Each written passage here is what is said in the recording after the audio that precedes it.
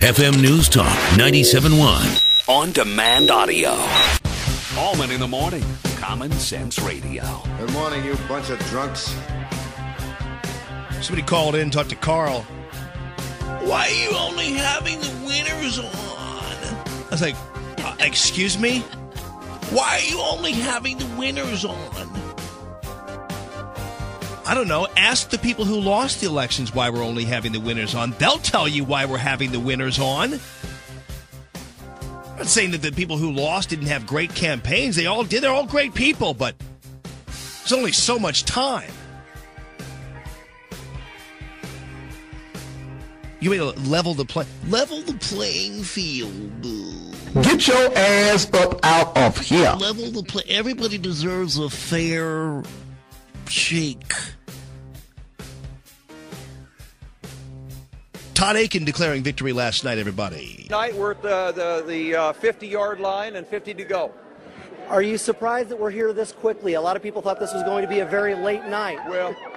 Well, you know, I think that the fact of the matter is we're just pretty much sticking to our message about reclaiming America, restoring the American dream, those basic themes, and those have resonated in the state of Missouri. You talked about not buying the polls. The polls had you behind all along, and you never went for them.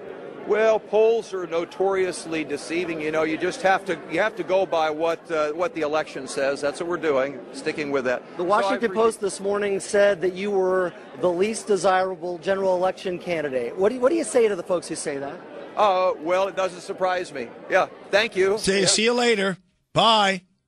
Todd Aiken. He's like, yeah, I know. Who cares what the Washington Post says anyway? George Sells of Fox 2 gamely trying to engage the congressman there. Dave Spence winning the gubernatorial nomination. First of all, savor the moment, right? I'm really excited about it. And, we've really sacrificed a lot as a family. It's a lot of hard work, a lot of nights away from home, all 114 counties, over 700 events.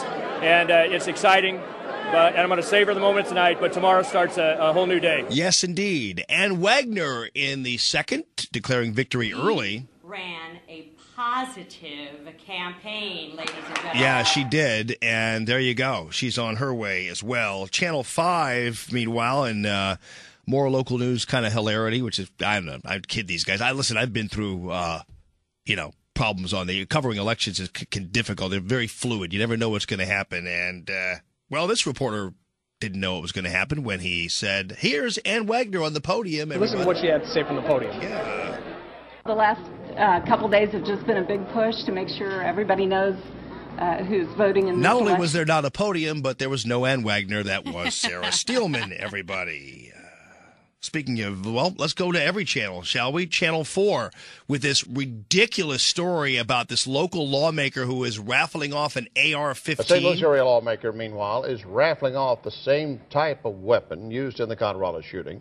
It started as a campaign fundraiser, but as you can imagine, it's sparking reaction all over the nation. No, it's really actually not sparking. It's sparking discussion in the Channel 4 newsroom is where it is. And I'll play you the whole thing. These guys, they went on Facebook. We went to Facebook to ask people about really how lazy can you possibly get by going to Facebook?